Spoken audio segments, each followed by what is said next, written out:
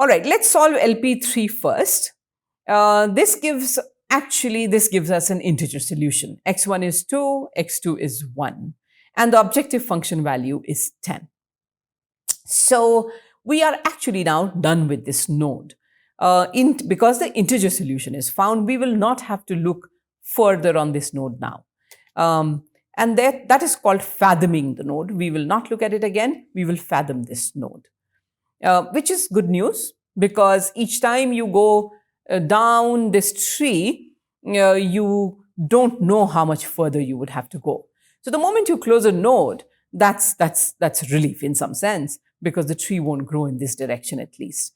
So this is called a branch and bound tree, and you can see why. Because we are branching on the variables which are not integers, hoping to finally get an integer value for those variables. And each new solution is giving us an updated bound on the final integer solution that we will have. So the upper bound on the objective function value at LP2 was 12.667. We've just discovered an integer solution which has an objective function value of 10. So another thing to think about is we don't want to look for any solutions where the value is not going to be more than 10. So therefore, the value 10 becomes a lower bound for us. 10 is a lower bound on the IP optimal objective function value. We are not going to look at any hanging nodes which promise us a poorer value. So note that we now have a candidate optimal solution with x1 is equal to 2 and x2 is equal to 1, an objective function value of 10. We will call this Z star, essentially our current best objective function value that we have found for an integer solution. And x1 is equal to 2, x2 is equal to 1 is our candidate integer solution. Let's go solve LP4 and see what that gives us. LP4 is essentially LP0 with two added constraints. X1 is greater than or equal to 2 and x2 is greater than or equal to 2. If you remember the graph, this is going to be infeasible, and that's what solver tells us. There is no feasible solution for this problem. Can we close this node LP4 and not look any further? Yes, because if it's infeasible now, it's not going to become infeasible later as well. So we close LP4. Are we done?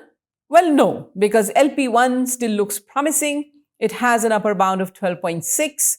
Our candidate solution has a value of 10. So there could be solutions in between 10 and 12.6. So we will go look further. The solution to LP1 is x1 is equal to 1, x2 is equal to 2.4. The variable to branch on would be x2. What would the branches look like?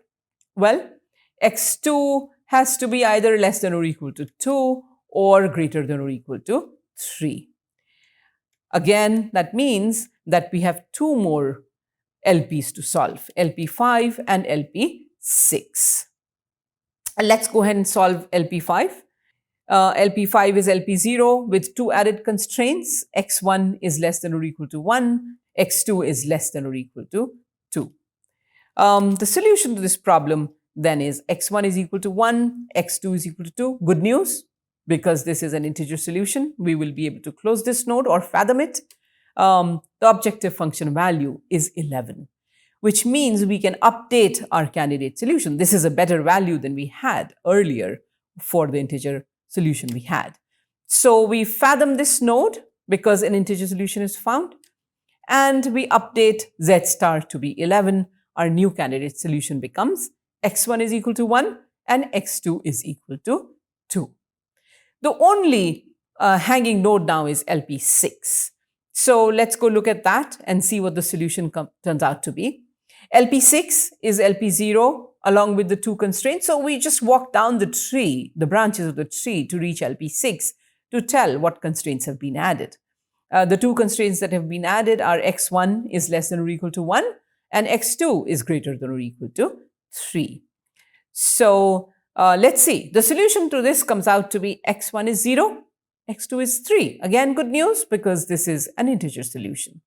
with an objective function value of 12. Again, this one is better than the one we had before, so we update. We say set z star to be 12. And of course, fathom this node because again, an integer solution has been found. So here we are then. Finally, we have the optimal solution now, since all nodes are fathomed, nothing is hanging now to be considered. So we can declare this to be the optimal solution with an optimal objective function value of 12. So that is then your branch and bound procedure to solve integer programming problems.